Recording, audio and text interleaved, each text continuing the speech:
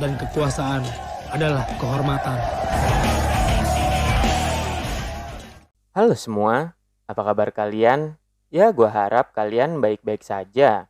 Oke, pada video kali ini gua akan menceritakan alur cerita film yang berjudul Serigala Terakhir yang dirilis pada tahun 2009. Mungkin banyak dari kalian yang sudah tidak asing lagi dengan film yang satu ini. Namun untuk sekedar bernostalgia, gua akan coba menceritakannya kembali. Singkatnya, film ini mengisahkan 5 orang sahabat yang bisa dibilang jagoan kampung di sana, serta berambisi menjaga daerah kekuasaan mereka dari para pengedar narkoba. Namun karena salah satu dari mereka harus bergabung dengan pengedar narkoba tersebut, maka terjadilah perpecahan antara 5 orang sahabat itu. Oke, tanpa banyak bacot di awal, mari simak video ini sampai habis.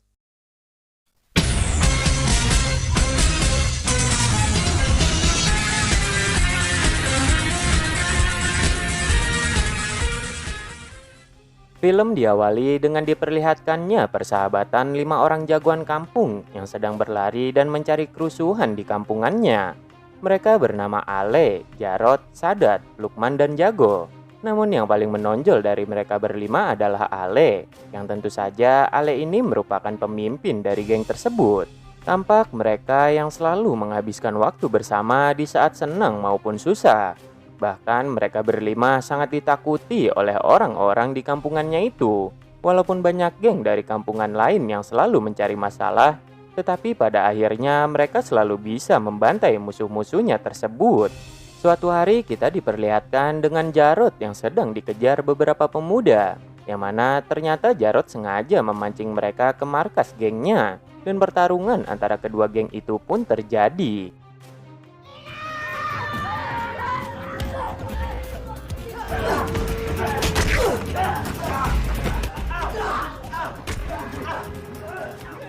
Dalam pertarungan itu tampak salah seorang musuh akan memukul Jarot, tetapi dengan cepat dia dibantu oleh orang yang bernama Fatir atau biasa dipanggil dengan sebutan si bisu karena tak bisa bicara dan selalu dibully oleh geng Ale. Di sisi lain, padahal Fatir sendiri selalu ingin bergabung dengan mereka, namun hanya Jarot saja yang tampak sedikit respek dengan Fatir. Kemudian kita diperlihatkan 2 kelompok warga yang akan melakukan aksi tawuran di sana, yang mana salah satu kelompok itu dipimpin oleh Ale beserta dengan keempat sahabatnya.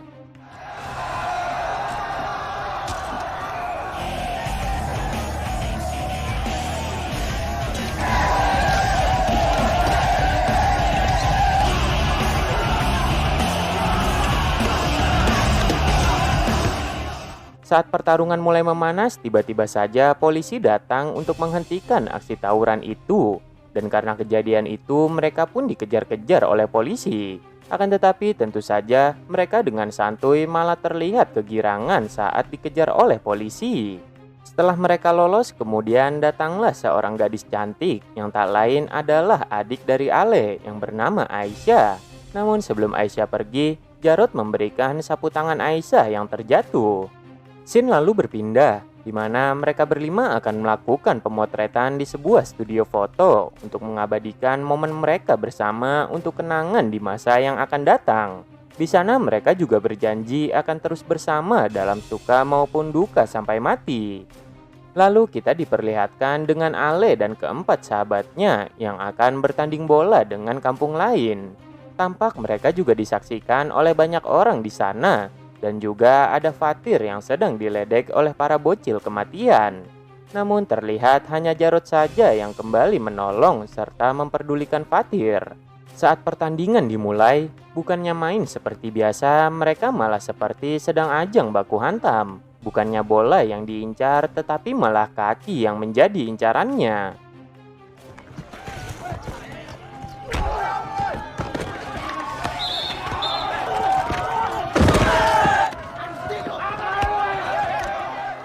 Akan tetapi ketika Ale memasukkan bola dan melakukan selebrasi, tiba-tiba saja tim lawan tidak terima dan melemparkan bola ke arah Ale. Yang tentu saja hal itu membuat mereka harus ribut di sana.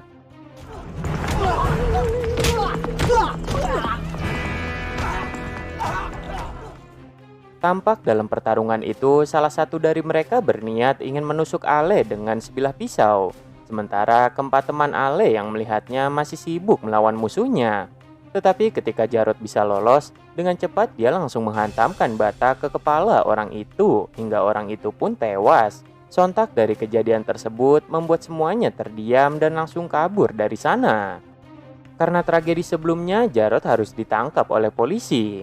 Sebelum pergi, ayahnya memperingati Jarod agar tidak kembali lagi ke rumah. Sedangkan teman-temannya hanya bisa terdiam sambil menyaksikan sahabatnya itu yang dibawa oleh polisi.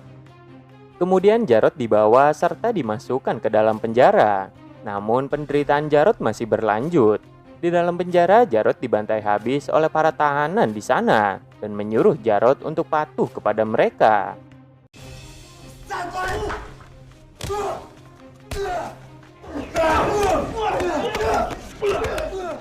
Setiap harinya Jarod terus disiksa oleh ketua napi di sana. Bahkan Jarod sampai disodomi yang membuatnya semakin depresi dan menderita. Bahkan ia lebih memilih mati daripada harus berlama-lama di sana. Ketika tahanan lain dijenguk oleh sahabat dan keluarganya, Jarod hanya bisa berharap jika keempat sahabatnya itu akan datang menjenguknya. Namun nyatanya, ia bahkan tidak pernah dijenguk sekalipun. Ia juga berpikir tentang sahabat-sahabatnya yang dulu selalu ia banggakan, kini menghilang dan melupakannya. Dan dari sinilah Jarod mulai bangkit dari keterpurukannya.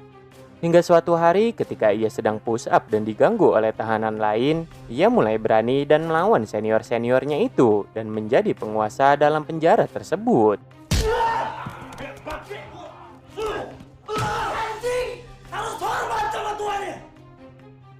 Kemudian Jarod mulai membalaskan dendamnya kepada ketua tahanan di sana yang selama ini selalu menyiksanya. Jarod membalaskan dendam dengan menghajar serta menusukkan besi ke dalam bol ketua tahanan tersebut. Dan dari kejadian inilah membuat Jarod bangkit dari keterpurukannya. Scene lalu berpindah ke Ale, Sadat, Lukman, dan Jago yang sedang menarik iuran keamanan di pasar. Dan mereka berempat tidak segan-segan menghajar preman lain yang memalak di wilayah mereka. Lalu hasil uangnya itu Ale berikan kepada ibunya untuk memenuhi kebutuhan sehari-hari, karena dia adalah tulang punggung keluarganya.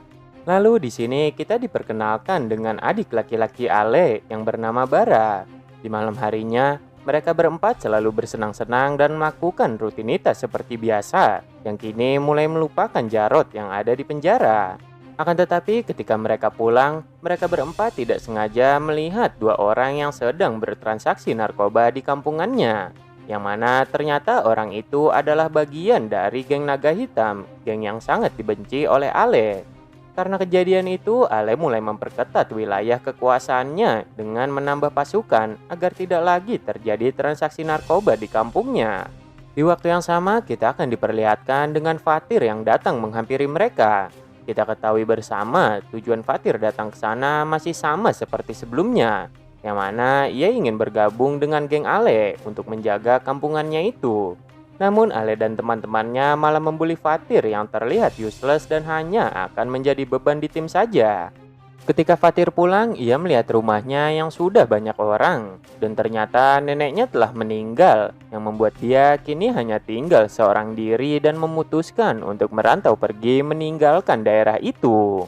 Beberapa tahun pun berlalu, kita diperlihatkan dengan Jarod yang sudah bebas dari penjara, yang mana ternyata ia dijemput oleh Fatir si bisu, yang kini penampilannya cukup elegan berbeda dari sebelumnya. Namun tak disangka, ternyata Fatir sudah bergabung dengan geng Naga Hitam. Yang kita ketahui bersama, Naga Hitam adalah geng yang sangat dibenci oleh Ale. Jarod kemudian dibawa Fatir ke markas besar Naga Hitam. Ia disambut hangat oleh mereka. Dan ternyata para bos besar Naga Hitam sudah memantau Jarod ketika di dalam penjara. Dan mereka membutuhkan kekuatan Jarod untuk masuk ke Naga Hitam. Setelah Jarod diberi motivasi oleh bos-bos di sana, akhirnya Jarod pun setuju mau ikut bergabung ke geng Naga Hitam. Di sana Jarod langsung diberi jabatan dan memiliki tugas sebagai pengedar sekaligus pembantai siapa saja yang berani menghalangi mereka mengedarkan narkoba. Scene berganti kepada Ale, Lukman, dan Sadat yang diberitahu Jago tentang Jarod yang sudah keluar dari penjara. Mendengar hal itu, Ale terlihat bahagia karena sahabat mereka akan lengkap kembali. Namun setelah mengetahui Jarod telah bergabung ke Naga Hitam, Ale sangat marah dan menyuruh mereka bertiga agar tidak memandang persahabatan dengan Jarod yang telah menjadi pengedar narkoba. Dan disinilah awal mereka berempat mulai melupakan Jarod dan menganggap Jarod kini sudah menjadi musuhnya. Malam harinya kita diperlihatkan dengan Jarod yang bertemu dengan Aisyah di sebuah pasar malam. Yang mana kita tahu sebelumnya Jarod pernah bertemu dan janjian di pasar malam itu. Mereka lalu mengobrol tentang keadaan mereka masing-masing yang sudah lama tidak bertemu.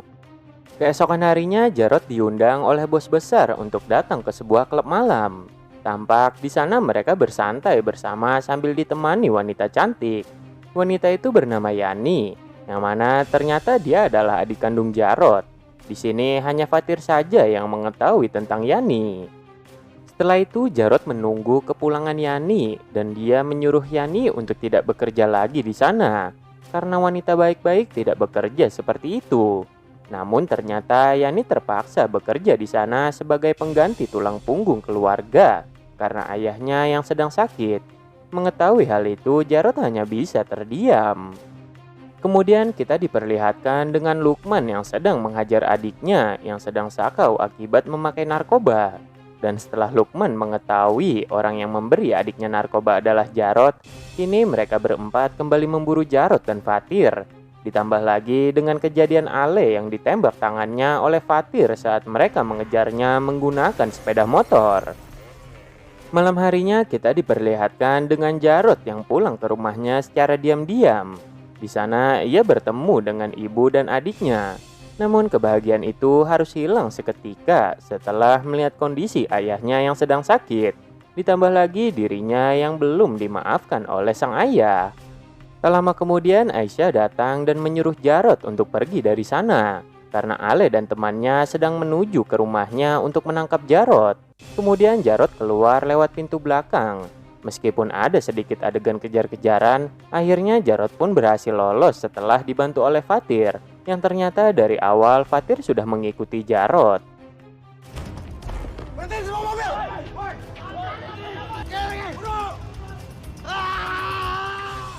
Keesokan harinya kita diperlihatkan dengan Lukman yang melihat adiknya telah meninggal karena overdosis narkoba. Dan karena kejadian itu, Lukman mulai nekat untuk balaskan dendamnya kepada Jarod. Malam harinya Lukman mengikuti Jarod sendirian. Namun ternyata Fatir mengetahui Lukman yang akan balas dendam. Lalu Fatir mencekiknya sampai sekarat, hingga akhirnya Jarod menyuruh Fatir untuk melepaskannya. Tampak di sini Lukman langsung mencekik Jarod karena telah membunuh adiknya dengan narkoba, meskipun di sini Jarod sudah menjelaskannya. Melihat hal itu, Fatir bersiap untuk menembak Lukman, namun dicegah oleh Jarod, walaupun dirinya sedang ditodongkan pisau oleh Lukman. Hingga pada akhirnya Lukman harus tewas karena ditembak oleh Fatir yang melihat Lukman akan membunuh Jarod.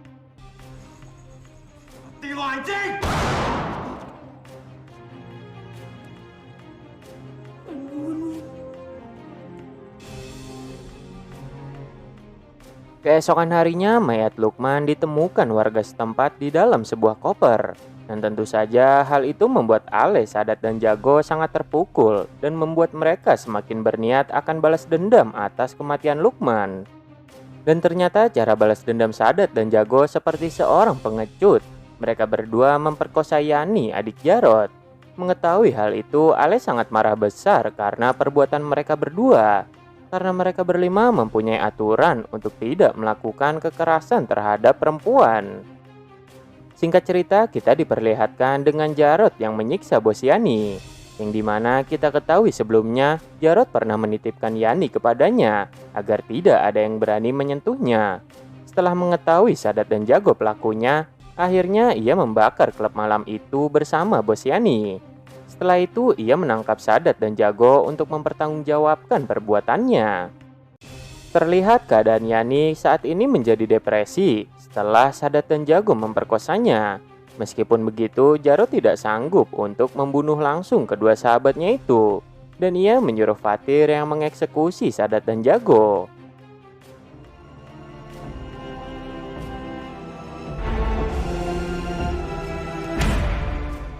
Kematian Sadat dan Jago akhirnya sampai ke telinga Ale, yang kini dia tinggal sendiri. Ia merasa terpukul setelah mengetahui semua sahabatnya mati di tangan Jarot. Saat di rumah, ia tak sengaja melihat HP Aisyah yang mendapat panggilan dari Jarot. Melihat hal itu, tentu saja dirinya sangat marah. Ia tak menyangka adiknya malah berhubungan dengan Jarot yang sudah menjadi pengkhianat. Ia lalu mengunci Aisyah di kamarnya agar tidak bertemu lagi dengan Jarot. Singkat cerita, kita diperlihatkan dengan Ale dan anak buahnya yang mendatangi hotel tempat janjian Jarot dan Aisyah. Namun kedatangan rombongan Ale itu diketahui oleh Alex dan Fatir yang sedang menunggu Jarot di sana. Alex berusaha menelpon Jarot untuk memberitahunya, tetapi teleponnya itu tidak diangkat. Hingga akhirnya Fatir terpaksa masuk ke hotel itu untuk membantu Jarot. Setelah Alex mengetahui kamar Jarot, ia langsung menyuruh Fatir untuk langsung ke kamar Jarot. Di sana sedikit terjadi adegan tembak-tembakan. Hingga akhirnya Fatir yang sudah menemukan Jarot langsung membawanya keluar dengan cara meloncat melalui jendela.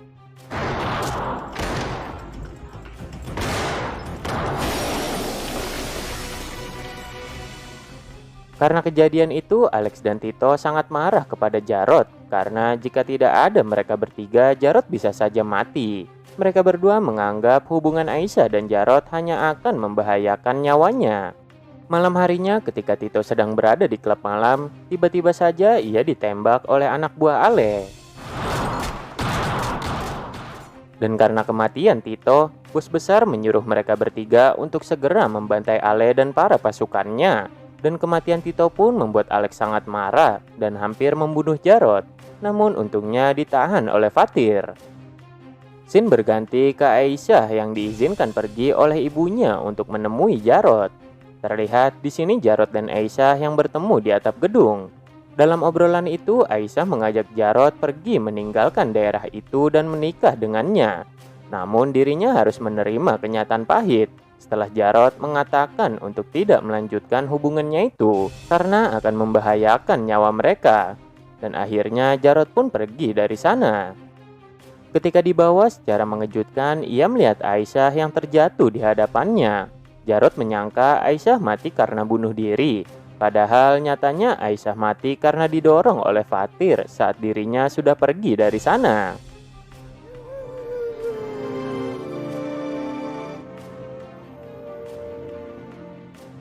Melihat kematian anaknya, di sini Ibu Ale menyuruh Ale untuk mencari dan membunuh orang yang telah membunuh Aisyah. Ale pun menyangka Aisyah mati karena ulah dari Jarot, karena sebelumnya Aisyah pergi menemui Jarot. Karena korban terus berjatuhan, Jarot memutuskan untuk berdamai dengan Ale, meskipun Fatir tidak menyetujui hal itu. Jarot kemudian menghubungi Ale secara diam-diam agar bisa bertemu. Dan mereka akhirnya bertemu di tempat yang dipenuhi mobil truk. Di sana terjadi perbincangan yang mana Jarot meminta untuk berdamai dengan Ale.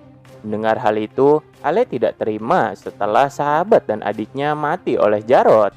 Meski Jarot sudah menjelaskan kejadian yang sebenarnya, Ale masih nekat untuk membunuh Jarot dan terjadi baku hantam di sana.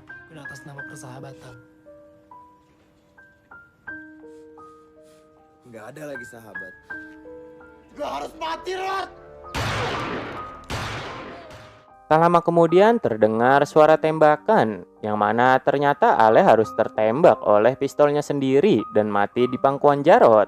Sebelum mati, Ale meminta maaf kepada Jarot karena tidak pernah menjenguknya saat di penjara. Dan dia berharap bisa berkumpul berlima seperti dulu lagi, dan pada akhirnya Ale pun mati. Maafin gua, Rod.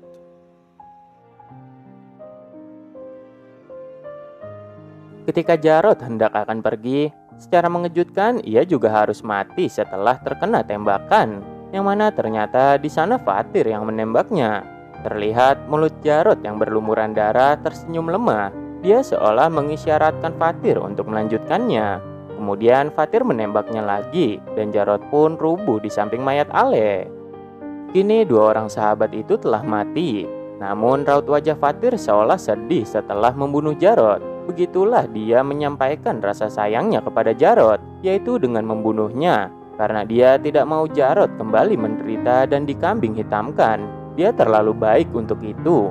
Jadi Fatir merasa lebih baik Jarod tewas dan mati dengan tenang di tangannya. Sebelum film selesai, kita diperlihatkan dengan Bara yang meneruskan perjuangan Ale menjadi ketua geng di kampungnya untuk menjaga wilayah dari pengedar narkoba dan geng naga hitam. Oke, mungkin itu saja pembahasan alur cerita film Serigala Terakhir. Terima kasih buat kalian yang sudah menonton video ini sampai habis. And see you next time.